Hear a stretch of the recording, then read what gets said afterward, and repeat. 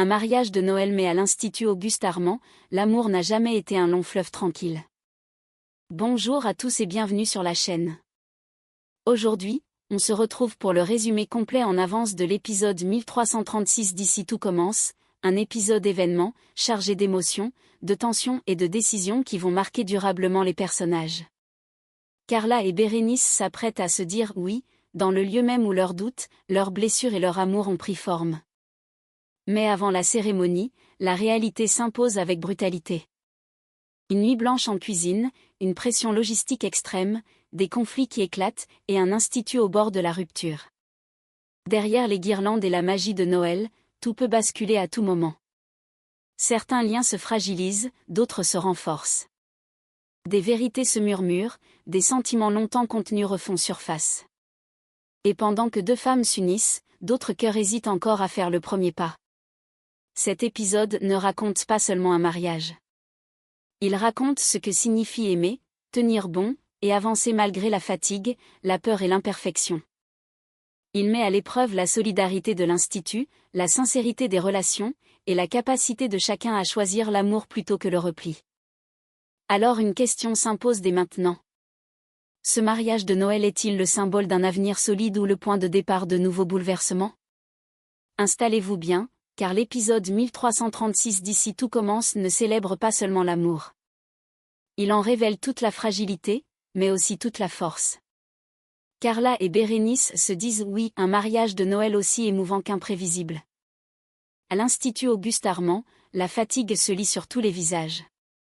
Après une nuit blanche passée en cuisine, Rose, Clotilde, Jim, César, Gaspard et Marc sortent enfin des ateliers, exténués mais heureux. Ils viennent de finaliser le menu du mariage de Carla et Bérénice, célébré le jour de Noël.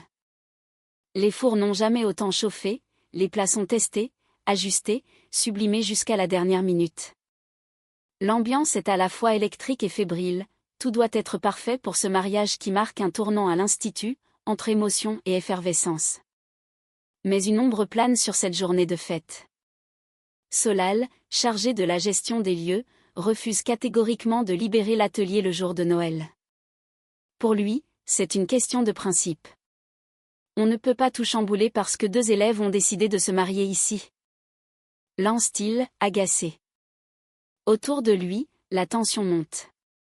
Enzo, toujours fidèle à ses convictions, lui donne raison. C'est Noël, pas un banquet privé. Faut savoir poser des limites. Mais Tom, plus conciliant, tente la carte du compromis. Avec son sourire malicieux, il s'approche de Fleur, la professeure exigeante qui veille sur l'organisation. Si tu nous laisses l'atelier, je fais tes lessives et ton repassage pendant 2 mois. Promis juré. La réponse de Solal fuse, sans appel. Non, Tom. Un grand non. Le ton est donné. Entre fatigue accumulée, stress logistique et désaccord, la veille du mariage vire à la course contre la montre. Pourtant, malgré les obstacles, une énergie particulière circule à l'Institut, celle de la solidarité, du partage et de l'amour, qui transcende tout. Car dans quelques heures, Carla Furiani et Bérénice Mariani vont s'unir pour la vie, devant leurs amis, leurs professeurs et leurs familles. Et même si tout ne se déroule pas comme prévu, ce mariage de Noël s'annonce déjà comme l'un des moments les plus forts de l'année à l'Institut Auguste Armand. Solal finit par céder, tandis que la tension générale monte avant le mariage de Carla et Bérénice. À l'aube de Noël, les cuisines de l'Institut Auguste Armand ne connaissent aucun répit. Tandis que les professeurs finissent les dernières mises au point pour le mariage tant attendu de Carla et Bérénice, Fleur fait une entrée remarquée dans l'atelier, les bras chargés de pain, brioches et viennoiseries dorées à souhait. Joyeux Noël à tous. J'espère que vous avez encore un peu d'énergie, parce que j'ai préparé un brunch boulanger digne des plus grands hôtels. Lance-t-elle fièrement. Derrière elle, Tom suit avec un plateau de viennoiseries fumantes. Il a passé la nuit à ses côtés pour l'aider à finaliser son menu. L'odeur du beurre et du sucre remplit la pièce, presque assez puissante pour masquer la fatigue générale. Solal, lui, reste en retrait, les bras croisés, les traits tirés. Tom, je te rappelle que t'es un première année. Tu devrais pas te mêler à tout ça sans autorisation. Tom, sans se démonter, lui lance un regard malicieux. Eh bien, dis-lui toi-même. Dis à Fleur qu'elle doit tout annuler. Brise-lui le cœur, le jour de la naissance du Christ. Un silence s'abat dans l'atelier. Fleur, déjà en pleine effervescence, lève un sourcil amusé. Solal soupire, vaincu d'avance. Très bien, finit-il par dire, la voix lasse. Il lève les mains, résigné, allez, gardez votre atelier pour le brunch. Tom, hilar, lui donne une tape dans le dos. Tu vois, c'était pas si compliqué. Mais Solal, au bord de l'exaspération, rétorque en s'éloignant. Je te déteste, Tom. Un éclat de rire général résonne dans l'atelier. L'ambiance se détend enfin, malgré la fatigue et la pression. Sous les lumières encore tamisées de l'institut, chacun reprend sa place, conscient qu'il reste 1000 choses à faire avant la cérémonie. Et tandis que Fleur s'affaire à dresser ses plateaux, Tom l'observe discrètement, le sourire aux lèvres. Ce mariage de Noël promet décidément d'être riche en émotions, en gourmandises et en étincelles humaines. Entre larmes, rires et tensions avant le mariage de Carla et Bérénice. L'agitation règne à l'institut. Les couloirs sont envahis de plateaux, de bouquets, de tenues blanches et d'odeurs de pâtisserie. À quelques heures du mariage de Carla et Bérénice, tout le monde court dans tous les sens et comme toujours, certains prennent un peu trop d'initiative. Dans l'atelier, Enzo entre brusquement, les bras croisés, le regard sévère. Devant lui, Solal et Tom s'affairent encore sur leur poste de travail, fiers de leur production. Vous deux, vous avez décidé d'ignorer les consignes ? Tonne Enzo, en désignant le plan de travail. Solal tente maladroitement de se justifier. On voulait juste améliorer la base du menu de Fleur, rien de plus. Tom, lui, garde son aplomb et glisse avec un sourire. Disons qu'on a apporté une touche de fête. Enzo soupire, prend une cuillère et goûte, prêt à les reprendre sévèrement. Mais à peine la bouchée avalée, il fronce les sourcils puis finit par lâcher. C'est bon. Un léger silence, puis il reprend, mi-sérieux, mi-amusé. Bon, dans ce cas, j'oublie l'incident mais Tom, toi, tu passes les 2 prochains services en nettoyage. On va pas te laisser croire que t'es intouchable. Tom lève les yeux au ciel, faussement dramatique. Punir le talent, c'est triste, chef. Nettoyer les plans, c'est formateur, réplique Enzo en s'éloignant, sourire en coin. Pendant ce temps, dans les vestiaires transformés en loge improvisée, Carla est en plein chaos. Rose, autorisée par Colline, est venue lui prêter main forte. La mariée tourne en rond, les yeux embués, ses cheveux en bataille. Il est tout, ce foutu sèche-cheveux, s'exclame-t-elle, au bord de la crise. Rose tente de calmer la tempête. Respire, Carla. Tout va bien.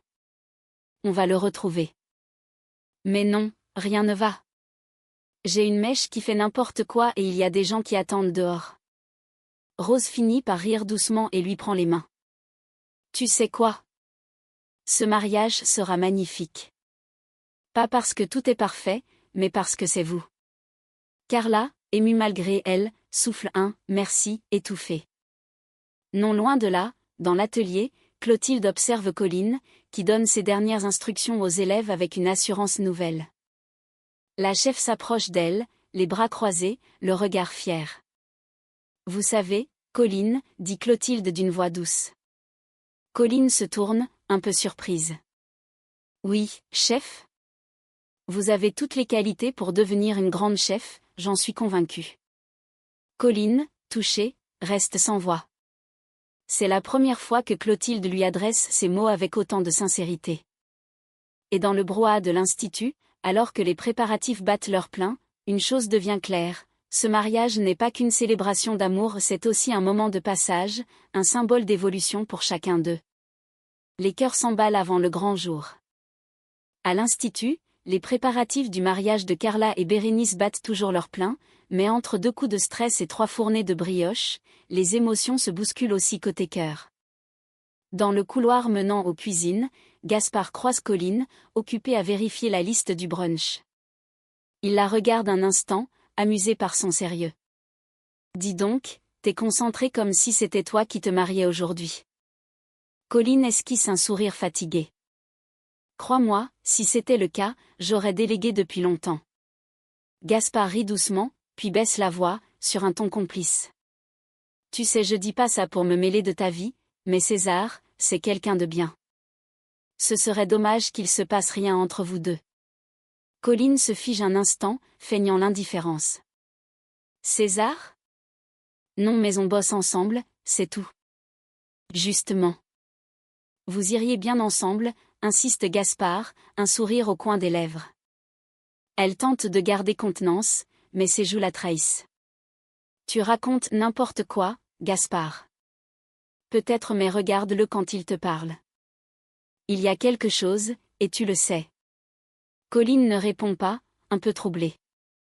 Quand Gaspard s'éloigne, elle reste là, son carnet en main, mais l'esprit ailleurs. Et pour la première fois depuis longtemps, un sourire discret traverse son visage. Pendant ce temps, à la colocation, Ninon s'affaire en cuisine. Elle dresse la table pour le déjeuner qu'elle a promis à Pénélope, mais un doute la ronge. Elle envoie un message à Gary, puis finit par l'appeler directement. Dis, tu fais quoi là? Je terminais mes comptes, pourquoi? J'aimerais que tu viennes déjeuner à la coloc. Avec Pénélope. Gary, surpris. Ah ouais? C'est ton idée ou c'est un piège? Ninon soupire, un peu gênée. Non, c'est juste que si je me retrouve seule avec elle, j'ai peur que ce soit bizarre. J'ai pas envie qu'elle pense que je la juge, ou que je sois mal à l'aise. Gary éclate de rire. Donc tu veux que je serve de tampon émotionnel? Exactement. Il marque une pause, puis reprend sur un ton plus doux. Ok, j'arrive. Et t'inquiète, tout va bien se passer. Pénélope t'apprécie, elle est juste un peu particulière. Ninon sourit, soulagée.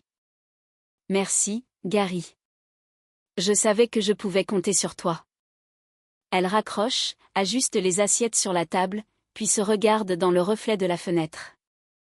Une respiration profonde, un sourire encore hésitant.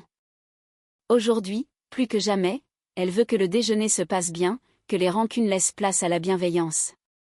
Et quelque part, entre les rires de l'Institut et les hésitations de la coloc, on sent que cette journée de Noël va marquer plus d'un cœur à Calvière. Carla et Bérénice unis pour la vie, une cérémonie pleine d'émotions à l'Institut Auguste Armand. L'Institut s'est transformé pour l'occasion. Sous la grande verrière, les guirlandes lumineuses scintillent, les bougies parfument la pièce d'une douce odeur de vanille et de sapin. Les élèves, les professeurs, les proches, tous se sont réunis pour célébrer un moment que beaucoup attendaient, le mariage de Carla Furiani et Bérénice Mariani. Ce matin, les deux jeunes femmes se sont mariées civilement à la mairie, entourées de leurs témoins.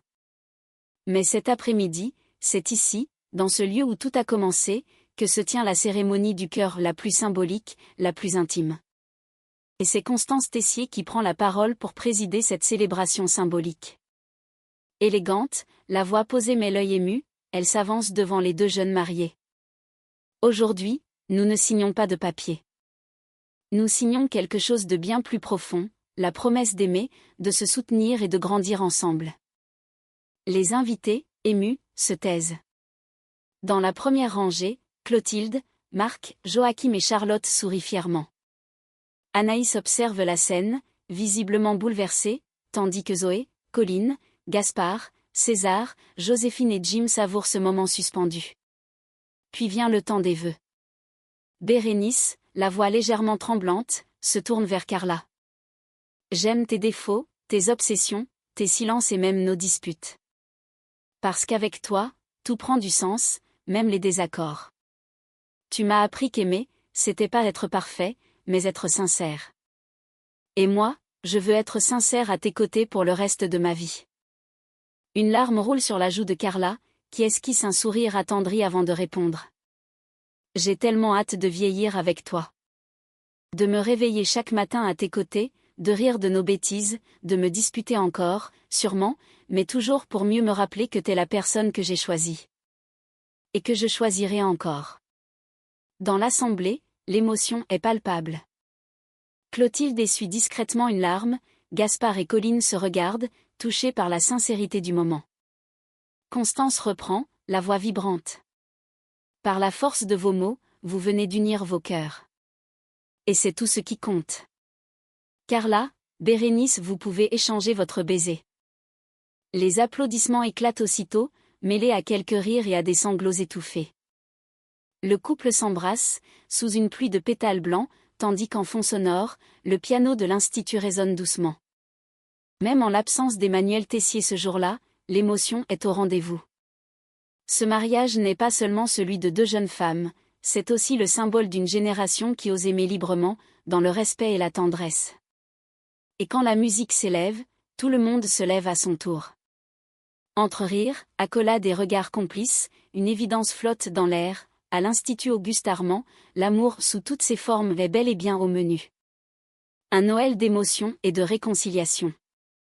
Après la cérémonie du mariage de Carla et Bérénice, la fête bat son plein à l'Institut Auguste-Armand. Les tables sont dressées, les assiettes scintillent et la brigade s'affaire encore derrière les fourneaux pour servir le menu de Noël, préparé avec passion après des jours de travail sans relâche. Sous la grande verrière illuminée, Anaïs se lève, un sourire radieux aux lèvres. Le brouhaha se tait aussitôt. Avant de passer à la bûche d'Anouk et de Lou, je voulais prendre un instant pour vous féliciter. Elle balaie la salle du regard, émue par cette harmonie rare, professeurs, élèves, couples, amis, tous réunis dans la même chaleur humaine. Vous avez fait un travail exceptionnel. Ce menu de Noël est un vrai bijou, à la fois technique et plein de cœur. Et ce mariage aujourd'hui, c'est la plus belle preuve que notre institut est avant tout un lieu de partage et de bienveillance. Des applaudissements éclatent, sincères, nourris. Anaïs conclut, la voix tremblante d'émotion. Alors, joyeux Noël à tous. Que cette journée reste un souvenir qui nous rassemble longtemps. Dans la salle, les sourires se multiplient, les verres s'entrechoquent. Gaspard, assis près de César, se penche vers lui avec un petit air malicieux. Tu vas rester planté là toute la soirée ou tu vas enfin aller parler à Colline ? César, un peu gêné, hausse les épaules. C'est pas le moment. Justement, c'est le moment parfait.